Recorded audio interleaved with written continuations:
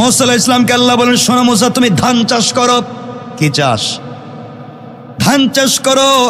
মুসা আলাইহিস সালাম কষ্ট করে এক খণ্ড জমিতে ধান চাষ করলেন। প্রথমে ঘাসগুলা ফেলে দিলেন, জমিতে হাল চাষ করলেন, এরপরে পানি দিলেন। জমি যখন উপযুক্ত হয়ে গেল, এই জমিতে পানি দিলেন। এক পর্যায়ে তিনি ধান চাষ করলেন। আস্তে আস্তে চারাগুলা বড় হতে লাগলো। এক পর্যায়ে মুসা আলাইহিস সালাতু ওয়াস সালাম পরিচর্যা করতে লাগলেন। এলাকাগুলাকে তিনি বাউন্ডারি করলেন, বেড়া দিলেন, যেন কোনো জিনিস ঢুকে তা নষ্ট করতে না পারে। এরপরে যখন ধানের চারাগুলা বড় হয়ে গেল, ধানের চারাগুলা কাটলেন, কেটে আনলেন, এনে তিনি খড়কুটাগুলা পুড়িয়ে দিলেন, আর ধানগুলাকে যত্ন করে গোলায় ভরে ফেলে দিলেন। আল্লাহ রব্বুল ইজ্জতুল জালাল মুসা আলাইহিস সালামকে বলছেন, মুসারে, রুদ্রে পুড়ে বৃষ্টিতে ভিজে এত পরিশ্রম করে ধানের গাছগুলা লাগাইলা, এগুলাকে তুমি কেন আগুন দিয়ে জ্বালাইয়া দিয়েছো জানতে চাই। মুসা আলাইহিস সালাম বলছেন, আল্লাহ তাআলা, ধানের গাছগুলো আমার উদ্দেশ্য ছিল না, উদ্দেশ্য ছিল ধান। আল্লাহু আকবার। ধানের গাছ আমার উদ্দেশ্য না, উদ্দেশ্য হচ্ছে ধান। আয় আল্লাহ, যেগুলা রত্ন হয়েছে যত্ন করে গোলায় ভরে দিয়েছি, যেগুলা আবর্জনা হয়ে গিয়েছে আগুন দিয়ে জ্বালিয়ে দিয়েছি। আল্লাহ বলেন, মুসা রে, আমি আল্লাহ তাআলা রমজান দিয়েছি, রমজান দিয়ে বান্দাকে রত্ন বানাতে চাই। যত্ন করে বানাইছি, যত্ন করে সৃষ্টি করেছি। যারা রত্ন হয়ে যাবে রমজানের ইবাদত করে, তাদেরকে জান্নাত দিব। আর যারা আবর্জনা হয়ে যাবে, তাদেরকে খড়কুটার মতো জাহান্নামের আগুন দিয়ে জ্বালাইয়া দিব। কন্যা নাউজুবিল্লাহ। ইমাম মালিক রাহমাতুল্লাহ আলাইহি জবরদস্ত আল্লাহর ওলি, উনার জামানায় এক মহিলা ইন্তেকাল করেছেন। মহিলা দিনদার ছিলেন, পর্দানশীল ছিলেন, কথাগুলা বুঝবেন, নামাজি ছিলেন। এই মহিলা ইন্তেকাল করবার পরে মহিলার গোসল করাবে, কিন্তু এই বাড়িতে কোনো মহিলা নাই। আরেক মহল্লার থেকে কয়েকজন মহিলা এসেছে, ওই নারীকে গোসল করাবার জন্য এসেছে। গোসল করাবার জন্যে যখন তাকে পর্দা করে গোসলখানায় নিয়ে গেল, যেই মহিলা মৃত মহিলাকে গোসল করাবে, সে আগে থেকেই তাকে চিনত। গোসল করাতে গিয়ে শরীর থেকে যখন কাপড় সরিয়ে দিয়েছে, লজ্জাস্থান থেকে পুরা বডি থেকে যখন কাপড় সরিয়ে দিয়েছে, যেই মহিলা গোসল করাতে গিয়েছে, ওই মহিলা ওই মৃত নারীর রানের উপরে হাত রেখে হঠাৎ বলে ফেলেছে, আজ তোমার গোসল আমি করাচ্ছি। আর তোমাকে না একদিন আমি দেখছিলাম একটা ছেলের সঙ্গে হাত ধরে ঘুরে বেড়াতে, এক ছেলের সঙ্গে তোমাকে একদিন হাত ধরে ঘুরে বেড়াতে দেখেছি। পাবলিক তোমাকে কত ভদ্র মনে করত, কত তুমি পর্দা করে চলতে, মানুষ তোমাকে তাহাজ্জুদ গুজার মনে করত, তোমার স্বামী তোমাকে আমানতদার মনে করত, পাবলিক তোমাকে বড় ভদ্র নারী জানতো। আর তোমাকে আমি আরেক ছেলের সঙ্গে দেখছি। এই কথা বলবার সাথে সাথে যেই নারী গোসল করাচ্ছিল, তার হাতটা ওই মৃত নারীর রানের সঙ্গে আটকে গেল, একবার আঠার মতো আটকে গেল। হাত আর ছুটে না, অনেক চেষ্টা করে হাত ছুটানো যায় না। এক পর্যায়ে এলাকার হুজুরদেরকে বলা হলো কি করা যায়। ইমাম সাহেব আর কি করবে? ইমাম সাহেব ফতোয়া দিলেন, এক কাজ করেন, যেহেতু মহিলা মরে গিয়েছে আর ওই জীবিত নারীর হাত আটকে গিয়েছে, জীবিত নারীর হাত কাটার কথা আমি বলতে পারি না, যেহেতু মৃত মানুষ, রানের ওই অংশটুকুন চামড়াটুকুন কেটে দেন, হাত ছুটে যাবে। যার স্ত্রী মারা গেছে, এই স্বামীকে কথা মানবে? কথা কন। বলতেছে না আমার স্ত্রীর চামড়া কাটা যাবে না, প্রয়োজনে তোমার বউর হাত কাটো। তখন হে বেচারার কি কয়, আমরা আইছিলাম আরেক গ্রাম থেকে আপনার বউরে গোসল করাইতাম, এখন আমার বউর হাত কাটবেন আপনি? কেউ যখন ফতোয়া দিতে পারে না, পুরো দেশের আলিম কি করবেন? অর্ধেক দিন চলে গিয়েছে, ওই নারীর হাত ছুটে না, কথাগুলা বুঝবে। লম্বা সময় চলে গেল, শেষ পর্যন্ত সবাই মিলে এই দেশের সব থেকে বড় মুফতি যিনি ছিলেন ইমামে মালিক রাহমাতুল্লাহ আলাইহির কাছে গেলেন। তিনি শুনলেন, তিনি বললেন পর্দা করে একটা জায়গায় রেখে দাও। সবাই বলছে হুজুর অর্ধেক দিন চলে গিয়েছে, ওই মহিলার অজু ইস্তেঞ্জার প্রয়োজন, গোসল করবে, প্রস্রাব করবে, খাবার খাবে, কিন্তু হাত ছুটে না, তাকে ওই মহিলার কাছ থেকে আনাও যায় না। কি করব বুঝতেছি না, পুরা এলাকায় মাতম চলতেছে, কান্নাকাটি চলতেছে, কি হয়েছে বুঝতে পারলাম না। এক পর্যায়ে ইমাম মালিক কাছে আসলেন, মহিলাকে বললেন ঘটনা কি হয়েছে তুমি বলো। আমার কাছে রাডার আছে, আমার কাছে সমস্যার সমাধান আছে, কোরআন হাদিস আছে, মিথ্যা বলবো না, সত্য কথা বলো, কি হয়েছে। মহিলা আরো চালাক, হুজুরে উল্টা বুঝায়। আসেন এমন লোক। আমার বন্ধুগণ, ইমাম মালিক বললেন কি হয়েছে বলো। মহিলা বলতেছে জানি না, আমি এসে এখানে তিলাওয়াত করতেছিলাম, হঠাৎ দেখি হাত আটকে গেছে। হে নাকি তিলাওয়াত করতেছিল, হে তিলাওয়াতে ছিল, ওর হাত হঠাৎ আটকে গেল। ইমাম মালিক বলে মিথ্যা কথা বলবা না, সত্য কথা বলো বেঁচে থাকতে হলে, নচেৎ তোমাকে হত্যা করব। এক পর্যায়ে সন্ধ্যা হয়ে গিয়েছে, ওই মহিলা কোনো উপায় না পেয়ে ইমাম মালিকের কাছে বলতেছে, ইমাম মালিক ওই মহিলাকে যখন গোসল করাচ্ছিলাম হঠাৎ করে আমি বলে ফেলেছিলাম, আমি একদিন ধারণা করে ওই মহিলার সঙ্গে একজন পুরুষকে দেখছিলাম, জানি না কে, আমি বলছিলাম ওই গোসল করাতে তার রানের উপরে হাত রেখে তুমি একজন বেগানা পুরুষের সঙ্গে ঘুরে বেড়াইছো, এই কথা বলার কারণে হাত আটকে গেল। ইমাম মালিক বললেন তুমি তুহমত দিয়েছ, হয়তো মিথ্যা কথা বলেছ, হয়তো তার সঙ্গে তার স্বামী ছিল, এই জন্য দুনিয়ায় তোমাকে শাস্তি পাওয়াই লাগবে। সুতরাং কোরআন আছে আমার কাছে, আমি দেখব তুমি এই অপরাধের শাস্তি কি। অপরাধের শাস্তি কোরআন খুললেন, খুলে দেখলেন কেউ যদি কারো উপরে মিথ্যা তুহমত দেয়, এই তার দুনিয়ার শাস্তি হলো আচ্ছা মতো একটা বেত নিয়া তার বডিতে 80টা বেত্রাঘাত দুর্রা, 1-2 করে 70টা বেত্রাঘাত দেওয়া হলো, কিন্তু মেয়েটার হাত ছুটে না। এক পর্যায়ে 59টা বেত্রাঘাত করা, 79টা বেত্রাঘাত করা হলো, এখনো হাত লেগে আছে। ইমাম মালিক বললেন আমি এতদিন কোরআন হাদিস দিয়া পাবলিকরে কত ফতোয়া দিলাম, আজ দেখি ছুটে না, তাহলে মহিলাই সত্য, এ তুহমত দেয় নাই, এ সত্য। আমি উল্টা তারে 79 বেত্রাঘাত দিলাম, এখন তো বাঁচবেই না। 79 বেত্রাঘাত করলাম, মরেই যাবে, বাঁচবেই না, করলাম কি। এক পর্যায়ে তিনি 80 নম্বর বেত্রাঘাত করার জন্য যখন বেত উঠাইয়া 80 নাম্বার বেত তার বডিতে মারছেন, হঠাৎ করে ঠাস করে বডি থেকে হাত ছুটে গিয়েছে। আল্লাহু আকবার। তিনি বুঝতে পারলেন তুমি তুহমত দিয়েছ। তাহলে কি বুঝলেন? তুহমতের অপরাধ কি বুঝতে পেরেছেন? শাস্তি বলছি, তুহমত বুঝেননি, কারো উপরে মিথ্যা অপবাদ দেওয়া, কারো সম্পর্কে মিথ্যা ধারণা করা, তার নাম তুহমত। কারো মিথ্যা ধারণা করে তার উপরে কিছু ট্যাগ লাগাইয়া দেওয়া, এটার নাম তুহমত। এটা আমরা করি না, বলেন করি না। বসতে বসতে করি, সালাম ফিরাইয়া করি, তাহাজ্জুদের সেজদায় গিয়া সালাম শেষ করে তসবিহ পড়ে পড়েও আরেকজনের গীবত করি। করি কি করি না? বলেন করি কি করি না? তো ইবাদত কবুল হবে কেমনে? গজব আসবে নাতে কি আসবে? গজব আসবে নাতে কি আসবে?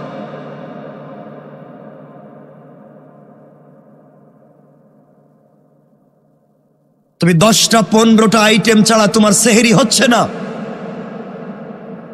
20টা 15টা আইটেম ছাড়া তোমার ইফতার হচ্ছে না।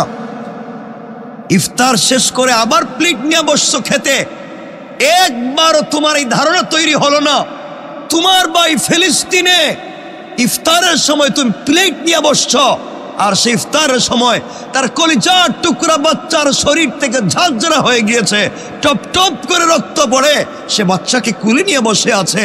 সে তার সামনে ইফতারের বদলা সে তার সামনে মাটি পাতা লতা নিয়ে বসে আছে, আর তুমি লম্বা লম্বা লম্বা লম্বা তসবিহ পড়ে লম্বা ইফতার করো।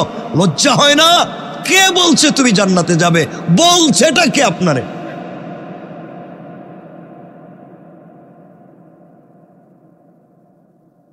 আপনার অন্তরে যতক্ষণ পর্যন্ত অন্য মুসলমানের প্রতি একটু নমনীয়তা, দুর্বলতা তৈরি না হবে, আপনি কখনো জান্নাতে যেতে পারবেন। আল্লাহ আমাদের হেফাজত করুক। তাহলে আল্লাহ একটা দেহটি সৃষ্টি করেছেন আর একটা রূহ সৃষ্টি করেছেন। রূহ ছাড়া দেহ চলে না, দেহ ছাড়া রূহ বলেন চলে? একটা আর একটার দরকার আছে না? রূহ যদি না থাকে দেহের কোনো দাম আছে? দেহ যদি না থাকে রূহের কোনো দাম আছে? তাহলে একটা আর একটার সাথে লাগবেই। তাহলে আমরা যে আজকে আয়াত তিলাওয়াত করেছি এটা হচ্ছে রূহ কি জিনিস, এটা নিয়ে আমরা সংক্ষেপ কথা বলবো।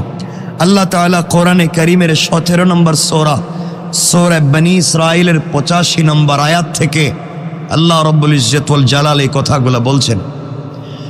আল্লাহ রাব্বুল ইজ্জত ওয়াল জালাল বললেন, ওয়ায়াসআলুনাকা আনির রূহ কুলির রূহু মিন আমরি রাব্বি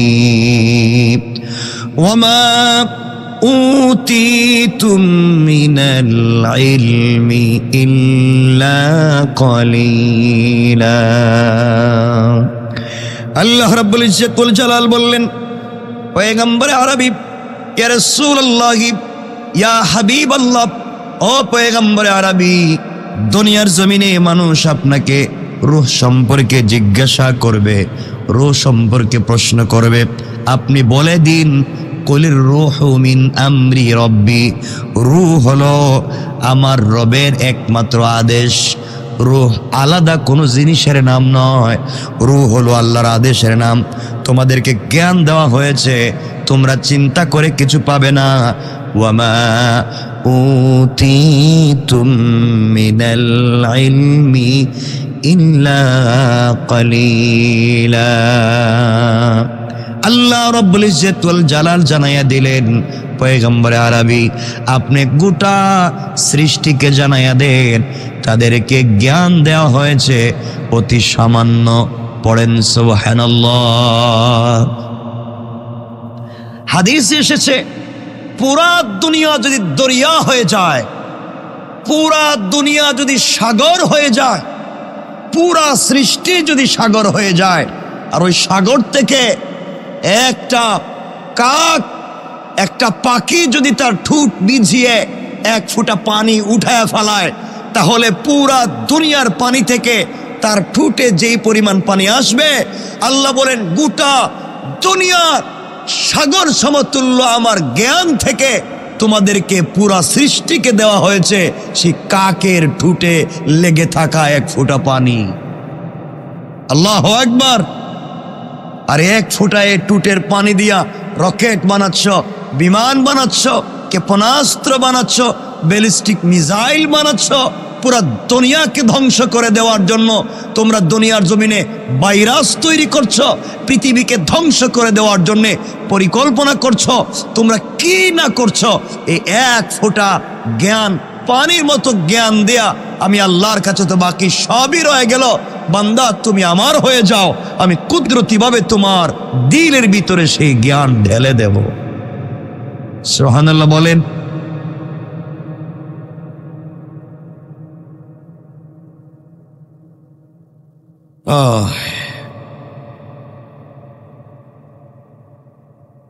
রূহ যে আমাদের বডিতে আছে, রূহ কি কোনোদিন দেখছেন? কোনোদিন দেখা যায়? না দেখে বিশ্বাস করা যায়? বলেন না। যায়? বাতাস কোনোদিন দেখছিলেন? দেখা যায়, ধরা যায়, মুষ্টির ভিতরে ঢুকানো যায়, বিশ্বাস হয়? বলেন না। ফ্যান যে চলে, বাতাস যে লাগে, এসি যে চলে, ঠান্ডা যে লাগে, ঠান্ডা কি ধরছিলেন কোনোদিন? একটু দেখছিলেন যে ঠান্ডা কেমন দেখতে, লম্বা কতটুকুন, বাঁকা কতটুকুন, কয় ফুট ওজন? দেখা গেছে? বিশ্বাস হয়? আল্লাহ বলছেন, এই না দেখে আমার অস্তিত্বে বিশ্বাস করার নাম হলো ঈমানের পূর্ণতা। আল্লাহু আকবার। তাইলে বুঝতে পারলাম রূহ এটা বানাইছেন কে? রূহের নাম কি? আল্লাহর আদেশ, আল্লাহর আদেশ। আর দেহ বানাইছেন কি দিয়া? শুধু মাটি। দেহ বানাইছেন 4 জিনিস, মাটি, পানি, আগুন, বাতাস, এই 4 জিনিস আছে আমাদের বডিতে। দেখেন তো আছে? আচ্ছা, তাহলে দেহ বানিয়েছেন আল্লাহ হুকুম দিয়া। হুকুম হচ্ছে রূহ। তাহলে রুহের খোরাক দিবেন কে? আল্লাহ। তাহলে রুহকে বাঁচাতে হলে খোরাক হচ্ছে আল্লাহর হুকুম মানা। দেহ বানিয়েছেন 4 জিনিস দিয়া, মাটি দিয়া, আগুন দিয়া, পানি দিয়া, বাতাস দিয়া। তাহলে দেহকে সুস্থ রাখতে হলে এই 4 জিনিস দিয়া তৈরি করা খাবার খেতে হয়। আমরা যা খাই দেখেন তো এই 4 জিনিসের বাহিরে না ভিতরে? দেখেন না? আপনারা যা করি, হয়তো মাটি, যা চাল খাচ্ছি, ডাল খাচ্ছি, এটা মাটি দিয়ে। বলেন না? এখানে মাটি আছে, বাতাস আছে, আগুন লাগে না লাগে না? কয় কয় জিনিস লাগে? পানি লাগে, ধান খেতে পানি দেওয়া লাগে, বাতাস লাগে, মাটি লাগে, খাইতে গেলে আগুন লাগে। লাগে না? একজন কইতেছে লাগে না। এটা কিন্তু কাঁচা ধান খায় নাকি? তা লাগে। বুঝাতে চাইলাম সব লাগে। কথা হচ্ছে এটি যে 4 জিনিস দিয়ে আমাদের বডি, এবং এই 4 জিনিস দিয়ে আমাদের খাবার। সুবহানাল্লাহ পড়েন। রূহ না থাকলে দেহ আর মানুষ থাকে না, এটা লাশ হয়ে যায়। রূহ যদি না থাকে, মানুষ থাকে না, লাশ হয়। আমরা কি বলি? আব্দুল্লাহ না আব্দুল্লাহর লাশ। দেহ তখন হয়ে যায় নোংরা আবর্জনা। এটার কোনো দাম থাকে না। সবাই মিলে কেউ এটারে জ্বালিয়ে দেয়, কেউ এটাকে বাসিয়ে দেয়, আর আমরা সম্মান করে গোসল করাইয়া, কাপড় দিয়ে পেছাইয়া একটু মাটির নিচে রাখি। এই তো কথা বলেন? এই তো। যদি জায়গা জমি না থাকে তাহলে বাসাইয়াও দেওয়া যায়।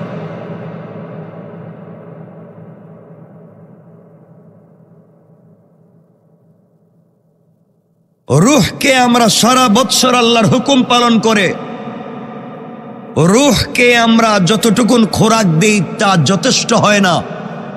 এই জন্য রূহের খোরাক সৃষ্টির জন্যে আল্লাহ তাআলা দিয়েছেন রমজান।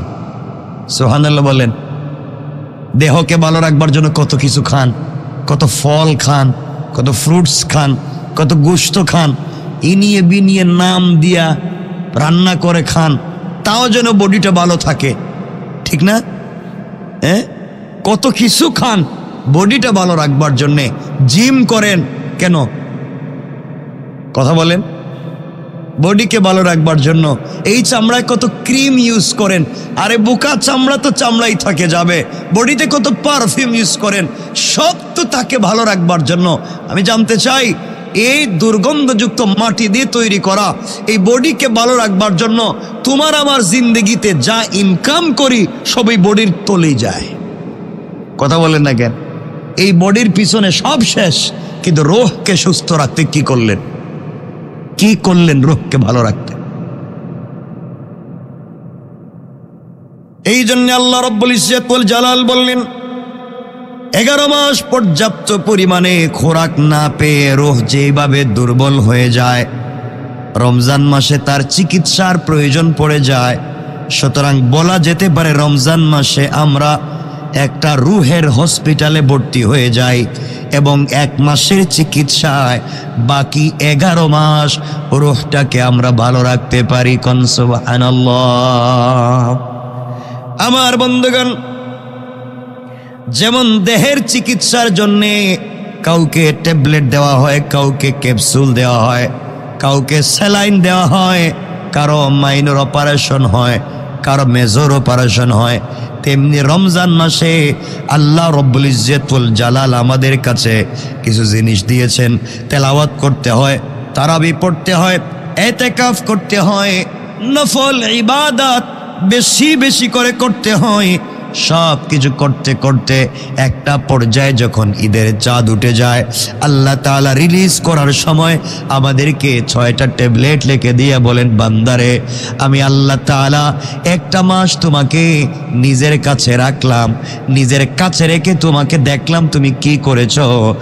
ঈদের চাঁদ উঠিয়ে দিয়েছি, তুমি আগের মতো আবার দুনিয়ার কাজে ব্যস্ত হয়ে যাইবা, কিন্তু গোলাম তোমাকে 6টা ট্যাবলেট লিখে দিলাম, ওটা ঠিক মতো যদি সেবন সেবন করতে পারো, বাকি 30 দিনের ভিতরে যদি তুমি খেয়ে ফেলতে পারো, বাকি 30টা শাওয়ালের দিনের ভিতরে 6টা রোজা যদি রাখতে পারো, আমি আল্লাহ তাআলা ওয়াদা দিলাম বাকি 11 মাস আবার রমজান আসার আগ পর্যন্ত তোমার রোগকে, তোমার দেহকে, তোমার বডিকে সুস্থ রাখার জিম্মাদার স্বয়ং আমি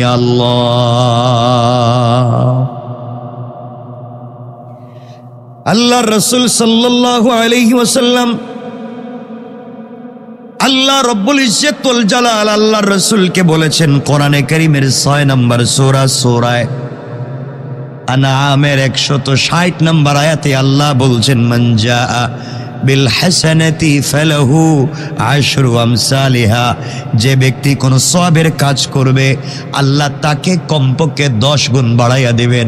আর রমজানে যখন করবে তাকে বাড়াবার আল্লাহ রব্বুল ইজ্জতুল জালাল বলেন তার গুণ বাড়াবো 70 থেকে ফাকাদ জাদা, আরো কত বাড়িয়ে দেব পৃথিবীর কেউ জানে না, একমাত্র জানেন কে। আমরা বলি রমজানে একটা ভালো কাজ করলে 70 গুণ, আল্লাহ বলেন 70 গুণ না, 70 থেকে শুরু করি। সুবহানাল্লাহ বলেন না, আমি শুরু করি 70 থেকে, তোমরা মনে করছো 70ই দেই। হাদিসের ইবারত মুসলিমে ফাকাদ জাদা, আমি আরো বাড়াইয়া দেই। এবার কত বাড়াইয়া দিবেন তার কোনো হিসাব নাই। আল্লাহু আকবার, কত বাড়াইয়া দিবেন তার হিসাব নাই। এই জন্য 70 গুণ না, 70 থেকে শুরু করেন, কত বাড়াইয়া দিবেন হিসাব নাই। আল্লাহু আকবার। এই সুযোগকে আমরা কাজে লাগাই। এই জন্য আমরা রমজানের 30টা রোজা রাখবো।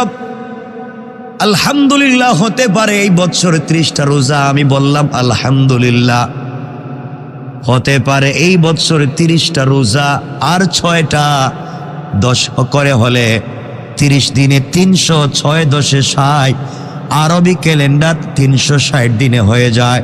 তাই যদি 6টা রোজা রাখি, 30টা রোজা রাখি, আল্লাহ বললেন পুরা 1 বছর দেহকে এবং রূহকে সুস্থ রাখার জিম্মাদারি আমি আল্লাহ নিয়ে নে। আল্লাহ রাসূল সাল্লাল্লাহু আলাইহি ওয়াসাল্লাম মুসলিমের হাদিস বলেছেন, মান সামা রমাদান সুম্মা আতবাহু সিত্তাম মিন শাওয়াল কানা কাসিয়ামিদ দাহরি কুল্লিহি। রাসূল সাল্লাল্লাহু আলাইহি ওয়াসাল্লাম বললেন, যেই ব্যক্তি রমজানের রোজা রাখবার পরে তার অনুসরণে শাওয়াল মাসের 6টা রোজা রাখলো, সে যেন আমি আল্লাহর কাছে 12 মাসের 12টা মাস একাধারে রোজা রাখলো, সেই একাধারে রোজা রাখার সওয়াব তার আমলনামায় লিখে দে। পারবো না ইনশাআল্লাহ? কথাগুলো ভালো করে মনে রাখবেন। রমজানের এত দাম কেন? রমজান তো বাকি 11 মাসের মতো 1 মাসের নাম। এত দাম কেন হয়ে গেল? রোজা রাখবার কারণে দাম হয় নাই, সারাদিন না খেয়ে থাকবার কারণে দাম হয় নাই। এই রাত্রে আমরা তাহাজ্জুদ পড়ি, তারাবি পড়ি, এই জন্যে এই রমজানের দাম হয় নাই। আল্লাহ রাব্বুল ইজ্জতুল জালাল কোরআনে কারীমের 2 নম্বর সূরা বাকারা 185 নম্বর আয়াত থেকে আল্লাহ বললেন, শাহরু রমাদানাল্লাযী উনজিলা ফীহিল কুরআন হুদাল লিন্নাসি ওয়া বাইয়িনাতিম মিনাল হুদা ওয়াল ফুরকান। আল্লাহ রাব্বুল ইজ্জতুল জালাল বললেন, রমজান এমন 1 মাস, এতে মানুষের দিশারি, সৎ পদের স্পষ্ট নিদর্শন এবং সত্যের পার্থক্যকারী হিসাবে রমজানের দাম বাড়িয়ে দিয়েছি। কারণ এই মাসে নাজিল করেছি আমি আল্লাহ 30 পারাল কোরআন। আল্লাহু আকবার। রমজানের দাম বাড়িয়ে দিয়েছেন কে? আওয়াজ করে বলেন কে? কিসের মাধ্যমে? কোরআন নাজিলের মাধ্যমে। আল্লাহু আকবার বলেন। তো রমজান কিসের মাস? কোরআন নাজিলের মাস। রমজান কিসের মাস? এই মাসে কোরআন শোনো, কোরআন পড়ো, কোরআন বুঝো। পড়লেও সওয়াব, না বুঝে পড়লেও সওয়াব, বুঝে পড়লেও সওয়াব, হাত দিলেও সওয়াব, তাকাইলেও সওয়াব, কানে শুনলেও সওয়াব, বসে থাকলেও সওয়াব, আর না পারলে কোরআন বুকে নিয়ে দাঁড়িয়ে থাকলে 100% জান্নাতি। আল্লাহু আকবার। হাদিসে আছে ঘটনা, এগুলা বললে আমাদের সময় কমে যাবে। এক বেচারা কোরআন পড়তে পারতো না। কি পারতো না? পড়তে পারতো না। ইন্তেকাল করলো। ইন্তেকালের আগে বাচ্চাদেরকে বলছে, শোনো আমি তো মরে যাব, জীবনে যার অন্যায় করছি বাঁচার কোনো পদ্ধতি নেই, আমি তো কোরআন পড়তে পারি না, তোমরা আমার কোরআনের কপিটা দিও। সারা রাত দিন বুকে লইয়ায় কোরআনটারে বুকে ধইরা ঘুমাইয়া যায়। ঘুম থেকে উঠলেও কোরআন বুকে, কারণ আমি তো পড়তে পারি না, কিন্তু কোরআনের কপিকে ভালোবাসি। ইন্তেকাল করছে, তার সন্তানেরা স্বপ্নে দেখে তার বাপ জান্নাতুল ফিরদাউস। আব্বা তোমার তো জিন্দেগিতে কোনো নেক আমল ছিল না, যা খারাপই আছে সব করছো, তুমি কেমনে জান্নাতে গেলা? গোলাম বলছে, বাপরে যত অপরাধী করি না কেন, আমি তো ভালোবেসেছিলাম আল কোরআনকে, বুকে জড়িয়ে ধরেছিলাম কোরআনকে। আল্লাহ এই ভালোবাসায় আমাকেও ভালোবেসে মাফ করে দিয়েছে। পারবো না ইনশাল্লাহ? রমজান কোরআন নাজিলের মাস, বেশি বেশি করে কোরআন পড়েন, বেশি বেশি করে কোরআন শোনেন। এই সুযোগ দিয়েছেন কে? রমজানে যেদিন কোরআন নাজিল হয়, রমজান আমি কালকে বলেছি, রমজান প্রথম শবে কদর, প্রথম লাইলাতুল কদর এই ইতিহাসে যেদিন হয়েছে, এটা ছিল 25 রমজান। এই যে আজকের রমজান কত? ওই 25 রমজান দিনের আগের রাত, মানে 24 তারিখ দিবাগত রাত পৃথিবীতে প্রথম লাইলাতুল কদর ছিল। আর আপনারা এটা 27 তারিখ বানাইছেন। আল্লাহ তাআলা যেদিন রসুলের কাছে কোরআন নাজিল করেন, ওই রাত কত? রাত 24 দিনগত রাত 25 রাত, মানে যে রাত গেল, এই রাত্রে আপনারা কই ছিলেন? ঘুমাইছিলেন, ঠিক না? খুব ঘুমাইছেন। আল্লাহ এদিন নিজে কোরআন নাজিল করলেন। তা এক পারা নাজিল করেন নাই, প্রথম জিবরিল আমিনকে দিয়ে 30 পারা কোরআন একসাথে রসুলের কাছে নাজিল করেছে। প্রত্যেক রমজানে আল্লাহ তাআলা জিবরিল আমিনকে দিয়ে পুরো 30 পারা কোরআন রসুলে পাককে তেলাওয়াত করে শোনাইয়া দিতেন। সুবহানাল্লাহ বলেন। আল্লাহ বলেন, এই কোরআন আমি নিজে তিলাওয়াত করেছি, এই কোরআন জিবরিলকে দিয়া তেলাওয়াত করাইছি, এরপরে কোরআন জিব্রাইলকে দিয়ে তেলাওয়াত করে রসুলকে শোনাইয়া দিছে। সুবহানাল্লাহ বলেন। তাহলে আমরা যে কোরআন পড়ি, এটা তিলাওয়াত করছেন কে? কথা বলেন না কেন? ওই আমরা যেভাবে পড়ি এভাবে পড়ছেন? তো কেমনে পড়ছেন কোন বলা লাগবে? কিছু কয় না, কেমনে পড়ছেন আল্লাহ বলেন? আমাদের মতো হ্যাঁ হু হা হু করে পড়ছেন? শুদ্ধ করে পড়ছেন? আল্লাহ তার মতো করে পড়ছেন, সহি শুদ্ধ। আমাদের তেলাওয়াতটা সহি শুদ্ধ হয়ে যদি যায়, আর আল্লাহর কুদরতের ঠুট, আল্লাহ পড়ছেন আলিফ লাম মিম, আমাদের ঠুটও যদি আল্লাহর কুদরতি ঠুটের সাথে মিলে যায়, আমরা এভাবে আলিফ লাম মিম পড়ি, রব বলেন তারে জাহান্নামের আগুন স্পর্শ করবে না। আল্লাহু আকবার। এই সুযোগ আছে না নাই? এই জন্য আল্লাহর কাছে বেশি বেশি করে আমরা চাইতে হবে। কথাগুলো ভালো করে শোনেন। আগেকার উম্মতেরা শত শত বৎসরের পৃথিবীতে বসবাস করেছে, তারা অনেক নেক আমল করেছে।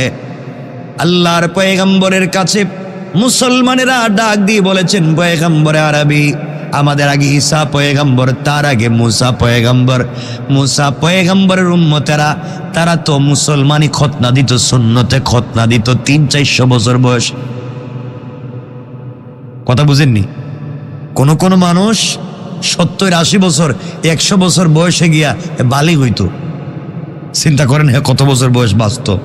আমরা তো বাঁচি মাত্র কয় বছর? কত বছর? কি মনে করেন আপনারা কি 60 বছর বাঁচতেছেন এখন? আমি দেখতেছি 18, 19, 20 বছরের মানুষ মরে যেতেছে সব। বুড়ারা তো মরতেছে না, যারা বুড়া মানুষ সেরা তো মরতেছে না এখন। বিজারা খাল্লা বাঁচাইছে আমাদের, বাচ্চা গেলাম গে, আমরা মরতাম না বোধহয়। বর্তমানে তো বুড়া মানুষ কম মরতেছে, দেখবেন তো জোয়ানেরা হঠাৎ ঘুমে মরে যাচ্ছে, রাস্তায় পড়ে মরে যাচ্ছে, কাশি দিছে মরে গেছে। ঠিক বললাম না? কারণ মুরব্বীরা যা খাইছে তারা বহুত ভালো জিনিস খাইছে। আমার বন্ধুগণ, রমজান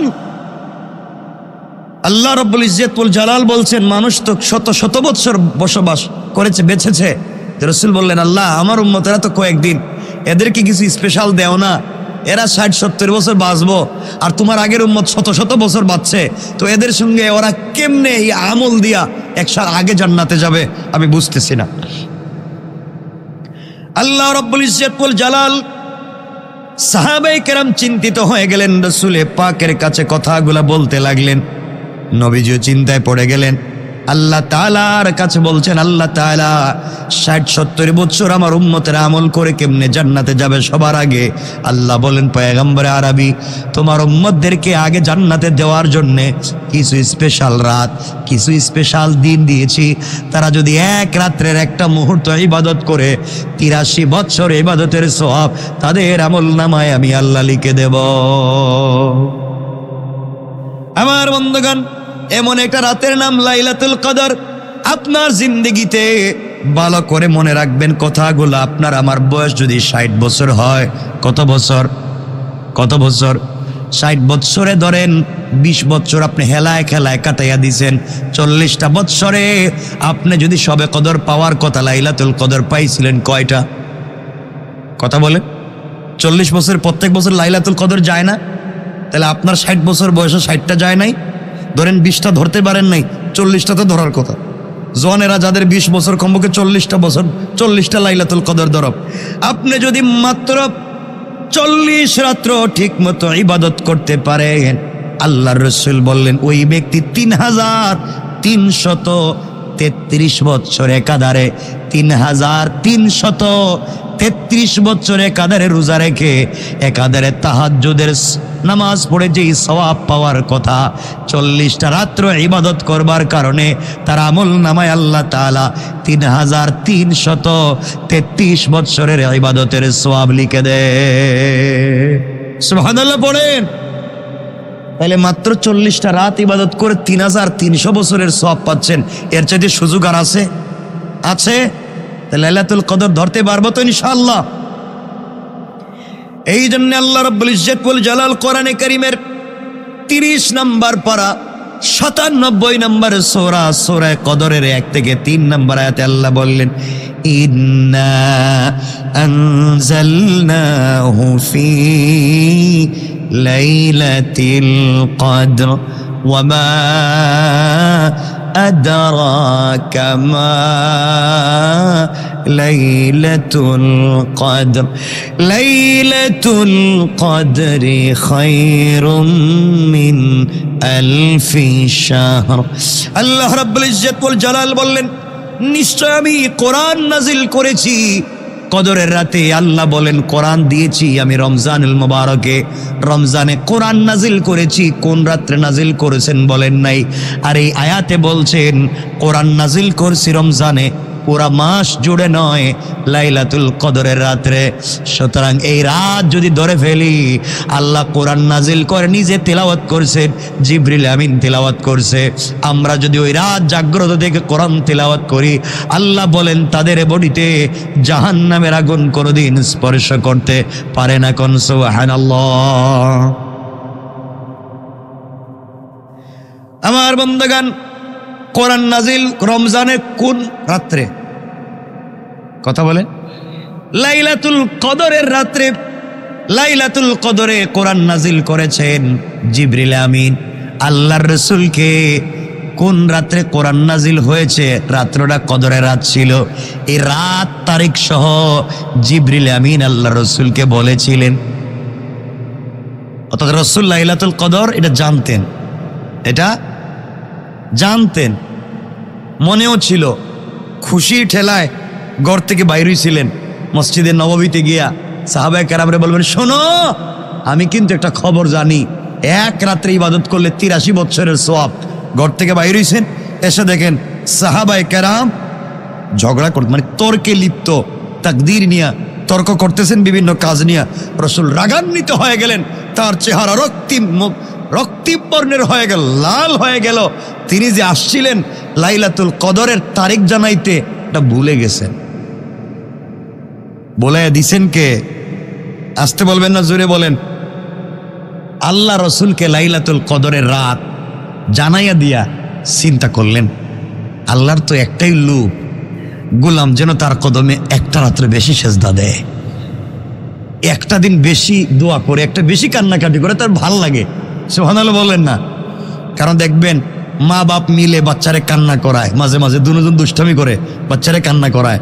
বাচ্চা একবার মায়ের কাছে ধাক্কা মারি দে, বাপ একবার মায়ের দিকে দে, মা একবার বাপের দিকে দে, কয় আমি তোমার কিছু না, মা কয় আমি তোমার কিছু না।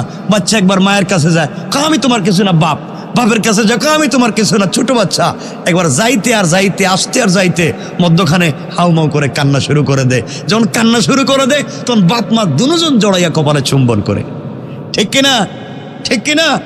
তো আল্লাহ বুঝাতে চাইলেন, যা বান্দা, আমি তুই এক রাত্রে আমার ভাল লাগতেছে না, যা।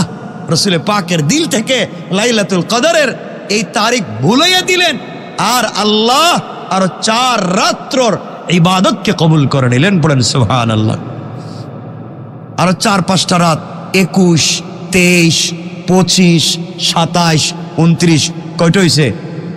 আগে ছিল 1 রাত, এখন হয়েছে কয় রাত? 5 রাত। আলহামদুলিল্লাহ বলেন। তাই আল্লাহ 5 রাত আমাদেরকে বলেন, যা আমি তোর কি লাগি, যা আমি তোর কি লাগি, যা। 21 রাত্রে আল্লাহ বলছেন, আমি তোর কি লাগি, কান্নাকাটি করছস, যা আমি তোর কি হই, সারা বছর ঘোরাঘুরি করে এখন এসে কাঁদতেছ, যাও আমি তোমার কিছু না। 23 রাত্রে আবার কান্দে, আল্লাহ আমি না তোমার গোলাম, যা কিছু না। এখন আইসা আমার আমি নাকি তোমার অমুক, আমি তমুক, সারা বছর কইছিলা, যাও। 25 তারিখ আবার কান্দে, আল্লাহ আমি না তোমার গোলাম, তুমি না আমার বানাইছো, যাও। খালি গোলাম গোলাম করো, পুরো 11 মাস কইছিলা। 27 তারিখ আবার কান্দে, আল্লাহ আমি না তোমার গোলাম ছিলাম, আল্লাহ কই যাও গোলাম। 29 তারিখ আবার কান্দে, আল্লাহ কই দেখো 4-5 দিন হয়ে গেছে শুধু কান্দে, আর কান্দিস না, এবার আমার কলিজার ভিতরে আয়, আয় আমার কাছে আয়, আমি তোকে মাফ করে দিলাম। আল্লাহু আকবার। রব তো তার নাম। কেন বুঝেন না আপনারা? কেন বুঝেন না? আল্লাহ আমাদেরকে কবুল করে, বলেন আমিন। রাসূল ইসলামকে আল্লাহ তারিখ জানাইয়া দিয়েছিলেন। হাদিসে এসে আছে, আবু হুরায়রার বর্ণনায়, যে রাসূল এটা ভুলে গেছেন। আল্লাহ রাব্বুল ইজ্জত ওয়াল জালালের পয়গম্বর বুখারীর হাদিস, নবীজি বললেন, তাহাররাউ লাইলাতুল কদর ফিল উইত্রে মিনাল আশরিল আওয়াখিরে মিন রমাদান। তোমরা রমজানের শেষ 10 দিনের বেজুর রাত্রগুলোতে শবে কদর তালাশ করো, কারণ তোমরা পেয়ে যাবে। কারণ লাইলাতুল কদর এই 5 রাত্র ছাড়া কোনো রাত্রে যায় না। আমরা যাই করি না কেন, আমাদেরকে যদি প্রাইম মিনিস্টার বলতো এই 5 রাত্রে প্রত্যেককে 5 লাখ করে দিব, 5 রাত কি 5 বছর জাগ্রত থাকুন? কথা কন না কেন? 5 বছর থাকুন, দেন 5 লাখ। আর আল্লাহ বলেন আমি জান্নাত দিয়ে দিতেছি, এরপরে আমরা থাকতে পারি না। আল্লাহ আমাদের কবুল করুক। তারিখ বুলিয়ে দেওয়ার হেকমত কি বলেন? আল্লাহর হেকমতটা কি তারিখ বুলিয়ে দেওয়ার? যে 1 রাত্রের বদলা যেন 5 রাত্রে ইবাদত করে। একটা রাত্র তো যদি লাগিয়ে যায়, ওই যে রাস্তাঘাটে দেখছেন না, কুপন বিক্রি করে, যদি লাগিয়ে যায়, এটা লাগেই না, এরা হেরেই খায় ফেলে। এরা যদি লেগে যায় কুপন দেয়। আর আল্লাহ বলতেছেন 5 রাত্রে দিলাম, যদি লেগে যায় না, যদি লেগে যায় না, লেগে যাবি। আল্লাহু আকবার বলেন, লেগে যাবি। আল্লাহু আকবার। আল্লাহ কবুল করো, পড়েন আমিন। তাহলে আমাদের সময় কমে গেছে, শেষই হয়ে গেছে। আল্লাহ রাব্বুল ইজ্জত ওয়াল জালাল বললেন, আল্লাহ রাসূল সাল্লাল্লাহু আলাইহি ওয়াসাল্লামকে আল্লাহ জানিয়ে দিলেন, লাইলাতুল কদরে ফেরেশতাদেরকে আসমান থেকে আল্লাহ পাঠাইয়া দেন। কাউকে রুকুতে সে যদি পায়, কাউকে সেজদায় পায়, কাউকে দুয়ারত পায়, কাউকে কোরআন তিলাওয়াতের অবস্থায় পায়। ফেরেশতারা আল্লাহর কাছে যখন রিপোর্ট দেয়, আল্লাহ তাআলা এই বান্দার পুরা জিন্দেগির পিছনের জিন্দেগির আমল নামাগুলাকে একবারে ব্লক করে দেয়, বন্ধ করে, খাতাগুলাকে বন্ধ করে পিন লাগিয়ে দিয়া তার নতুন খাতা খুলে দেয়। আর বলে, আমার বান্দার আমল নামায় আজকের পর থেকে কোনো গুনাহ ছিল না। আল্লাহু আকবার। আর কি চান আপনার? আমার মুসলমান বন্ধুগণ, আল্লাহ রাসূল সাল্লাল্লাহু আলাইহি ওয়াসাল্লাম আনাসের বর্ণনায় রাসূল সাল্লাল্লাহু আলাইহি ওয়াসাল্লাম বলছেন, বাইহাকির রওয়ায়াত, ইযা কানা লাইলাতুল কদরি নাযালা জিবরাইলু ফি কাবকাবাতিন মিনাল মালায়েকা ইউসাল্লুনা আলা কুল্লি কাইমিন আও কাঈদিন ইয়াযকুরুল্লাহ আযজা ওয়া জাল্লা। শবে কদর যখন হয় জিবরিল আমিন একটা বিশাল জামাত নিয়ে দুনিয়া অবতরণ করেন আল্লাহ পাকের ইবাদতে দাঁড়িয়ে থাকা বসে থাকা বান্দাদের জন্যে, যারা ইবাদতে, যেমন আমরা গতকালকে রাত্রে কিয়ামুল লাইলে দাঁড়িয়েছিলাম, দোয়ার ভিতরে ছিলাম, লাইলাতুল কদর যদি যায় জিবরিল আমিনকে আল্লাহ বলেছেন পৃথিবীতে আসবে, যাদেরকে দোয়ারত পাইবে, সেজদারত পাইবে, রুকুরত পাইবে, জিবরাইল সকল ফেরেশতাদেরকে নিয়ে তাদের জন্য আল্লাহর দরবারে দোয়া করবেন। আর আল্লাহ বলে দোয়া করতে দেরি, জিবরাইলের দোয়া কবুল করে আমার গোলামদেরকে মাফ করতে দেরি করি না। আরেক হাদিসে রাসূল বলছেন, মান কামা লাইলাতুল কদরি ঈমানাও ওয়া ইহতিসাবা গুফিরা লাহু মা তাকাদ্দামা মিন যামবিহি। আল্লাহ রাসূল বলেন, যে ব্যক্তি ঈমানের সাথে সওয়াবের নিয়তে শবে কদরের রাত্র জাগ্রত থেকে ইবাদত করলো, তার পিছনের সমস্ত গুনাহগুলোকে আল্লাহ তাআলা এক মুহূর্তে ক্ষমা করে দেয়। কি ফ্যাসিলিটিস পাচ্ছেন! ইবনু মাজার হাদিসে আয়েশা সিদ্দিকা বলেন, আল্লাহর রাসূল বলছেন, না রাআইতা ইন আলিমতু আইয়া লাইলাতিন লাইলাতুল কদরি মাযা আকুলু ফিহা ক্বালা কওলি আল্লাহুম্মা ইন্নাকা আফুউন কারীম, অথবা আল্লাহুম্মা ইন্নাকা আফুউন তুহিব্বুল আফওয়া ফাফু আন্নি ইয়া করিম ফাফু আন্না ইয়া করিম। আয়েশা সিদ্দিকা বলেন, ইয়া রাসূলুল্লাহ, আমি যদি বুঝতে পারি আজকের রাত্র লাইলাতুল কদর আমি কি দোয়া পড়ব, নবীজি বললেন তুমি দোয়া করো, আল্লাহুম্মা ইন্নাকা আফুউন তুহিব্বুল আফওয়া ফাফু আন্না ইয়া করিম ফাফু আন্নি ইয়া করিম। এই দোয়া করতে থাকো, তোমার আমলনামায় কোনো গুনাহ লেখা থাকবে না। তাহলে আমরাও যদি বুঝতে পারি লাইলাতুল কদর, আল্লাহুম্মা ইন্নাকা আফুউন তুহিব্বুল আফওয়া ফাআফু আন্নি ইয়া কারীম, এক নাম্বার এটা পড়ব, বেশি বেশি করে ইস্তেগফার করব, বেশি বেশি করে দুরূদ শরীফ পড়ব, তাসবিহে ফাতেমি পড়ব, আর বেশি বেশি করে আপনারা পড়বেন লা হাওলা ওয়ালা কুওয়াতা ইল্লা বিল্লাহ, আরও পড়বেন সুবহানাল্লাহি ওয়া বিহামদিহি সুবহানাল্লাহিল আযীম, আরও পড়বেন লা ইলাহা ইল্লাল্লাহু ওয়াহদাহু লা শারীকা লাহু লাহুল মুলকু ওয়া লাহুল হামদু ওয়া হুয়া আলা কুল্লি শাইইন কাদির। এতক্ষণ যা বললাম এগুলা যদি আপনি পড়তে থাকেন, রাসূল বলেছেন আল্লাহ শুধু তাকে মাফ করবেন তা না, বরং তার ব্লাড রিলেটেড খানদানকে মাফ করে দেবেন। পারবেন ইনশাআল্লাহ? আল্লাহ কবুল করুক। পড়েন আমিন, আরো জোরে বলেন আমিন। আমার বন্ধুগণ, কথাগুলো ভালো করে দিল দিয়ে শোনেন। দুনিয়ার জমিনে আল্লাহ রব্বুল ইজ্জতুল জালাল আমাদেরকে প্রেরণ করেছেন। দুনিয়ার জমিনে আমরা ঠিকমতো আল্লাহ রব্বুল ইজ্জতুল জালালকে চিনতে পারলাম না। এই দুনিয়ার জমিনে আল্লাহ রব্বুল ইজ্জতুল জালালকে ভালো করে ধরতে পারলাম না। আল্লাহ রব্বুল ইজ্জতুল জালাল কেন দিলেন? রমজান দিয়ে, রোজা দিয়ে, রাত তারাবি পড়াইয়া, সারাদিন না খাওয়াইয়া আল্লাহর লাভ কি? কষ্ট দিয়ে আল্লাহর লাভ কি? 1 মিনিটে বলে দেই, কথাগুলো ভালো করে বুঝবেন। কেন আমাদের সঙ্গে এমন আচরণ করতেছেন? আল্লাহ রব্বুল ইজ্জতুল জালালের কাছে একবার মুসা আলাইহিস সালাম বলছেন, আল্লাহ তাআলা নিজের হাতে আদম বানাইলেন এত ভালোবেসে, সন্তানদেরকে তো সুন্দর করে বানাইলেন, জানতে চাই এদেরকে কেন জাহান্নামের আগুন দিয়ে জ্বালাবেন? আপনি বলে দেন। আজকে যেহেতু শেষ জুমাবার, কয়েক মিনিট শুনে ফেলেন, আর জুমা হয়তো আমাদের জিন্দেগিতে একত্রিত হতে নাও পারি। কথাগুলা দিল দিয়ে শুনেন। মুসা আলাইহিস সালাম আল্লাহর কাছে বলছেন, আল্লাহ তাআলা নিজের হাতে আদম বানাইয়া কেন জাহান্নামের আগুন দিয়ে জ্বালাবেন বলেন? আল্লাহ বলেন, মুসারে জবাব দিচ্ছি শোনো। মুসা আলাইহিস সালামকে আল্লাহ বলেন, শোনো মুসা, তুমি ধান চাষ করো। কি চাষ? ধান চাষ করো। মুসা আলাইহিস সালাম কষ্ট করে 1 খণ্ড জমিতে ধান চাষ করলেন। প্রথমে ঘাসগুলা ফেলে দিলেন, জমিতে হাল চাষ করলেন, এরপরে পানি দিলেন। জমি যখন উপযুক্ত হয়ে গেল, এই জমিতে পানি দিলেন। এক পর্যায়ে তিনি ধান চাষ করলেন। আস্তে আস্তে চারাগুলা বড় হতে লাগলো। এক পর্যায়ে মুসা আলাইহিস সালাতু ওয়াস সালাম পরিচর্যা করতে লাগলেন। এলাকাগুলাকে তিনি বাউন্ডারি করলেন, বেড়া দিলেন, যেন কোনো জিনিস ঢুকে তা নষ্ট করতে না পারে। এরপরে যখন ধানের চারাগুলা বড় হয়ে গেল, ধানের চারাগুলা কাটলেন, কেটে আনলেন, এনে তিনি খড়কুটাগুলা পুড়িয়ে দিলেন আর ধানগুলাকে যত্ন করে গোলায় ভরে ফেলে দিলেন। আল্লাহ রব্বুল ইজ্জতুল জালাল মুসা আলাইহিস সালামকে বলছেন, মুসারে রুদ্রে পুড়ে বৃষ্টিতে ভিজে এত পরিশ্রম করে ধানের গাছগুলা লাগাইলা, এগুলাকে তুমি কেন আগুন দিয়ে জ্বালাইয়া দিয়েছো জানতে চাই। মুসা আলাইহিস সালাম বলছেন, আল্লাহ তাআলা, ধানের গাছগুলো আমার উদ্দেশ্য ছিল না, উদ্দেশ্য ছিল ধান। আল্লাহু আকবার। ধানের গাছ আমার উদ্দেশ্য না, উদ্দেশ্য হচ্ছে ধান। আয় আল্লাহ, যেগুলা রত্ন হয়েছে যত্ন করে গোলায় ভরে দিয়েছি, যেগুলা আবর্জনা হয়ে গিয়েছে আগুন দিয়ে জ্বালিয়ে দিয়েছি। আল্লাহ বলেন, মুসা রে, আমি আল্লাহ তাআলা রমজান দিয়েছি, রমজান দিয়ে বান্দাকে রত্ন বানাতে চাই। যত্ন করে বানাইছি, যত্ন করে সৃষ্টি করছি। যারা রত্ন হয়ে যাবে রমজানের ইবাদত করে, তাদেরকে জান্নাত দিব। আর যারা আবর্জনা হয়ে যাবে তাদেরকে খড়কুটার মতো জাহান্নামের আগুন দিয়ে জ্বালাইয়া দিব। কন্যা আউযুবিল্লাহ। কথা কি বুঝতে পেরেছেন?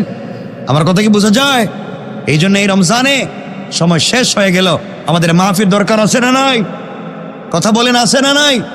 এই জন্য বেশি বেশি করে মানুষের উপরে তুহমত দিবেন। হ্যাঁ, ইনশাল্লাহ, ইনশাল্লাহ কইতেছেন, ইনশাল্লাহ বেশি কি তুহমত দিবেন, গীবত করবেন? এটা তো আমাদের পেশা, আমরা আমাদের কাজ তৈয়া তুহমত নিয়ে ব্যস্ত থাকি।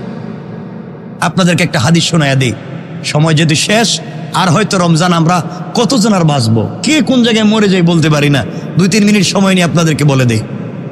আপনি তাহাজ্জুদ পড়তেছেন, আপনি লাইলাতুল কদর পাইছেন, আপনি সব পাইছেন, কিন্তু আপনি তুহমত লাগান, মিথ্যা কথা বলেন, অপবাদ দেন, আপনি মিথ্যা কাজ করেন, তুহমত দেন, আপনি এত বড় নিমক হারাম ধান্দাবাজ বেঈমান, আপনি যত আমল করেন কবুল হবে না, আপনি জাহান্নামে যাবেন।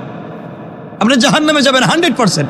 আপনি শুধু জাহান্নামে না, আপনি ইনকাম করে, এই ধান্দাবাজি করে যে পয়সা ইনকাম করে যাদেরকে খাওয়াচ্ছেন, ওদের ব্লাডও হারাম হচ্ছে, তারাও জাহান্নামে যাবে আপনার কারণে। পুরো পরিবারকে জাহান্নামে বানাচ্ছি আমি আর আপনি, শুধু তুহমত দিয়া। তুহমত কত বড় অপবাদ জানেননি?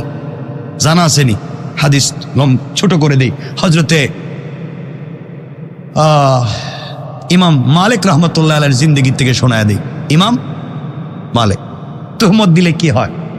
তুহমত, আপনি মিথ্যা, আপনি জানেন না, একজনের সম্পর্কে বলে ফেললেন যে আমি দেখছি ওই মেয়েটা এক ছেলেরে নিয়ে ঘুরতেছে, আমি দেখছি এই ছেলে এক মেয়েরে নিয়ে ঘুরতেছে, আমি দেখছি, আমার কাছে সব আছে। হতে পারে মিথ্যা, হতে পারে মিথ্যা। যদি মিথ্যা হয়ে যায়, আপনি বললেন আমি দেখছি, ইন্না লিল্লাহ, আমি দেখলাম বিনোদ বিবির খতিব সাহেব রিক্সা একটা মেরে নিয়ে কি হুড উঠাইয়া কি সুন্দর মতিঝিল দিয়ে যায়, হুজুর করলোটা কি কামটা, এই হুজুরের পিছনে আমরা কি জুম্মা পড়ি। আপনি একটা বলে ফেললেন, হতে পারে যাকে নিয়ে আমি ঘুরতেছি সে আমার মা। বলেন বলেন, সে আমার, হতে পারে আমার বোন, কথা বলেন, হতে পারে আমার মেয়ে, হতে পারে আমার স্ত্রী। আপনি কেন ধারণা করতে গেলেন? ইজতানিবু কাসীরাম মিনাজ জন, আপনারা কে বলছি ধারণা করতে? ইন্না বা'দাজ জন্নি ইসমুন। তুমি কাজ করছো কেন? কারণ তুহমত দিলে আপনি 100% জাহান্নামী। আপনি যদি ধরেন আমি একজনের উপরে তুহমত দিলাম, কিন্তু সেই কাজ করে না, সেই কাজ আমি মিথ্যা বললাম, কিয়ামতের দিন কেউ সুপারিশ করবে না, কেউ করবেন। শোনেন হাদিস, যেহেতু সময় চলেই গেছে, 2-3 মিনিট নিয়ে নেই, কষ্ট হবে না তো? আজকেই তো আমিও কথা বলতে চাইছিলাম না, বলে দিচ্ছে, বলবো না। আমি একটু হয়তো আজকে সফরে চলে যেতে পারি, কোথাও হঠাৎ চলে যেতেই পারি। আবার যদি আসি আর দেখা হয়, নাও তো হইতে পারে, মরে যেতে পারি, ঠিক না? আর আপনারা বলতে পারেন, হুজুর বহুত ওয়াজ করছে, এবার আর দরকার নাই, আর একজন ডেন্ডে ওয়াজ করম, ঠিক কিনা? ঠিক হয়েছে তো, দেখলাম ভালোই তো আছে, দেখি এটা ঠিকও কয়, দেখি যাক, ঠিকই বালা, যেটা ভাল লাগে করবেন। কি ভালোবাসা আপনাদের। কথাগুলো শোনেন, 1 মিনিট। ইমাম মালিক রহমতুল্লাহ আলাইহি জবরদস্ত আল্লাহর ওলি, উনার জামানায় এক মহিলা ইন্তেকাল করেছেন। মহিলা দিনদার ছিলেন, পর্দানশীল ছিলেন, কথাগুলা বুঝবেন, নামাজি ছিলেন। এই মহিলা ইন্তেকাল করবার পরে মহিলার গোসল করাবে, কিন্তু এই বাড়িতে কোনো মহিলা নাই। আরেক মহল্লার থেকে কয়েকজন মহিলা এসেছে, ওই নারীকে গোসল করাবার জন্য এসেছে। গোসল করাবার জন্যে যখন তাকে পর্দা করে গোসলখানায় নিয়ে গেল, যেই মহিলা মৃত মহিলাকে গোসল করাবে সে আগে থেকেই তাকে চিনত। গোসল করাতে গিয়ে শরীর থেকে যখন কাপড় সরিয়ে দিয়েছে, লজ্জাস্থান থেকে পুরা বডি থেকে যখন কাপড় সরিয়ে দিয়েছে, যেই মহিলা গোসল করাতে গিয়েছে ওই মহিলা ওই মৃত নারীর রানের উপরে হাত রেখে হঠাৎ বলে ফেলেছে, আজ তোমার গোসল আমি করাচ্ছি। আর তোমাকে না একদিন আমি দেখছিলাম একটা ছেলের সঙ্গে হাত ধরে ঘুরে বেড়াতে, এক ছেলের সঙ্গে তোমাকে একদিন হাত ধরে ঘুরে বেড়াতে দেখেছি। পাবলিক তোমাকে কত ভদ্র মনে করত, কত তুমি পর্দা করে চলতে, মানুষ তোমাকে তাহাজ্জুদ গুজার মনে করত, তোমার স্বামী তোমাকে আমানতদার মনে করত, পাবলিক তোমাকে বড় ভদ্র নারী জানতো। আর তোমাকে আমি আরেক ছেলের সঙ্গে দেখছি। এই কথা বলবার সাথে সাথে যেই নারী গোসল করাচ্ছিল তার হাতটা ওই মৃত নারীর রানের সঙ্গে আটকে গেল, একবার আঠার মতো আটকে গেল। হাত আর ছুটে না, অনেক চেষ্টা করে হাত ছুটানো যায় না। এক পর্যায়ে এলাকার হুজুরদেরকে বলা হলো কি করা যায়। ইমাম সাহেব আর কি করবে? ইমাম সাহেব ফতোয়া দিলেন, এক কাজ করেন, যেহেতু মহিলা মরে গিয়েছে আর ওই জীবিত নারীর হাত আটকে গিয়েছে, জীবিত নারীর হাত কাটার কথা আমি বলতে পারি না, যেহেতু মৃত মানুষ, রানের ওই অংশটুকুন চামড়াটুকুন কেটে দেন, হাত ছুটে যাবে। যার স্ত্রী মারা গেছে এই স্বামী কে কথা মানবে? কথা কন, বলতেছে না আমার স্ত্রীর চামড়া কাটা যাবে না, প্রয়োজনে তোমার বউর হাত কাটো। তখন হে বেচারার কি কয়, আমরা আইছিলাম আরেক গ্রাম থেকে আপনার বউরে গোসল করাইতাম, এখন আমার বউর হাত কাটবেন আপনি? কেউ যখন ফতোয়া দিতে পারে না, পুরা দেশের আলিম কি করবেন? অর্ধেক দিন চলে গিয়েছে, ওই নারীর হাত ছুটে না, কথাগুলা বুঝবে। লম্বা সময় চলে গেল, শেষ পর্যন্ত সবাই মিলে এই দেশের সব থেকে বড় মুফতি যিনি ছিলেন ইমামে মালিক রহমাতুল্লাহ আলাইহির কাছে গেলেন। তিনি শুনলেন, তিনি বললেন পর্দা করে একটা জায়গায় রেখে দাও। সবাই বলছে হুজুর অর্ধেক দিন চলে গিয়েছে, ওই মহিলার ওযু ইস্তেঞ্জার প্রয়োজন, গোসল করবে, প্রস্রাব করবে, খাবার খাবে, কিন্তু হাত ছুটে না, তাকে ওই মহিলার কাছ থেকে আনাও যায় না। কি করব বুঝতেছি না, পুরা এলাকায় মাতম চলতেছে, কান্নাকাটি চলতেছে, কি হয়েছে বুঝতে পারলাম না। এক পর্যায়ে ইমাম মালিক কাছে আসলেন, মহিলাকে বললেন ঘটনা কি হয়েছে তুমি বলো। আমার কাছে রাডার আছে, আমার কাছে সমস্যার সমাধান আছে, কোরআন হাদিস আছে, মিথ্যা বলবা না, সত্য কথা বলো, কি হয়েছে? মহিলা আরো চালাক, হুজুরে উল্টা বুঝায়। আছেন এমন লোক, দেখবেন হে ফেরেশতার মতো, কিছু জানে না, হে কয় হে নাকি গাঁজা খায় না, হে ফেনসিডিল বিক্রিও করে না। পুলিশ যখন ফিডানি শুরু করছে, কয় খাই, আমিও খাই, আমার বাপও খায়, এখন কইতেছে, আগে কিন্তু স্বীকার করে না। আমার বন্ধুগণ, ইমাম মালিক বললেন কি হয়েছে বলো। মহিলা বলতেছে জানি না, আমি এসে এখানে তিলাওয়াত করতেছিলাম, হঠাৎ দেখি হাত আটকে গেছে। হে নাকি তিলাওয়াত করতেছিল, হে তিলাওয়াতে ছিল, আমার হাত হঠাৎ আটকে গেল। ইমাম মালিক বলে মিথ্যা কথা বলবা না, সত্য কথা বলো বেঁচে থাকতে হলে, নচেত তোমাকে হত্যা করব। এক পর্যায়ে সন্ধ্যা হয়ে গিয়েছে, ওই মহিলা কোনো উপায় না পেয়ে ইমাম মালিকের কাছে বলতেছে, ইমাম মালিক ওই মহিলাকে যখন গোসল করাচ্ছিলাম হঠাৎ করে আমি বলে ফেলেছিলাম, আমি একদিন ধারণা করে ওই মহিলার সঙ্গে একজন পুরুষকে দেখছিলাম, জানি না কে, আমি বলছিলাম ওই গোসল করাতে তার রানের উপরে হাত রেখে তুমি একজন বেগানা পুরুষের সঙ্গে ঘুরে বেড়াইছো, এই কথা বলার কারণে হাত আটকে গেল। ইমাম মালিক বললেন তুমি তুহমত দিয়েছ, হয়তো মিথ্যা কথা বলেছ, হয়তো তার সঙ্গে তার স্বামী ছিল, এই জন্য দুনিয়ায় তোমাকে শাস্তি পাওয়াই লাগবে। সুতরাং কোরআন আছে আমার কাছে, আমি দেখব তুমি এই অপরাধের শাস্তি কি। অপরাধের শাস্তি কোরআন খুললেন, খুলে দেখলেন কেউ যদি কারো উপরে মিথ্যা তুহমত দেয়, এই তার দুনিয়ার শাস্তি হলো আচ্ছা মতো একটা বেত নিয়া তার বডিতে 80টা বেত্রাঘাত দুর্রা। কয়টা? 2 সাইডটা মারার পরে মানুষ বাঁচে না। কয়টা মারতে বলছেন? 80টা, 80 বেত্রাঘাত। সবাই তো আশ্চর্য, এখন কি করা যায়? তিনি বললেন মারো।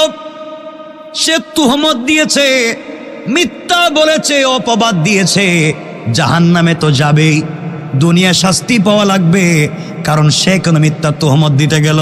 এই জন্য খবরদার, সাবধান করে দিয়ে যায়, কেউ কারো প্রতি মিথ্যা তুহমত দিবেন না। হয়তো ইন্তেকাল করবেন, তওবা করার, মাফ চাওয়ারও সুযোগ খুঁজে পাবেন না। আমার বন্ধুগণ, এক পর্যায়ে 1-2 করে 70টা বেত্রাঘাত দেওয়া হলো, কিন্তু মেয়েটার হাত ছুটে না।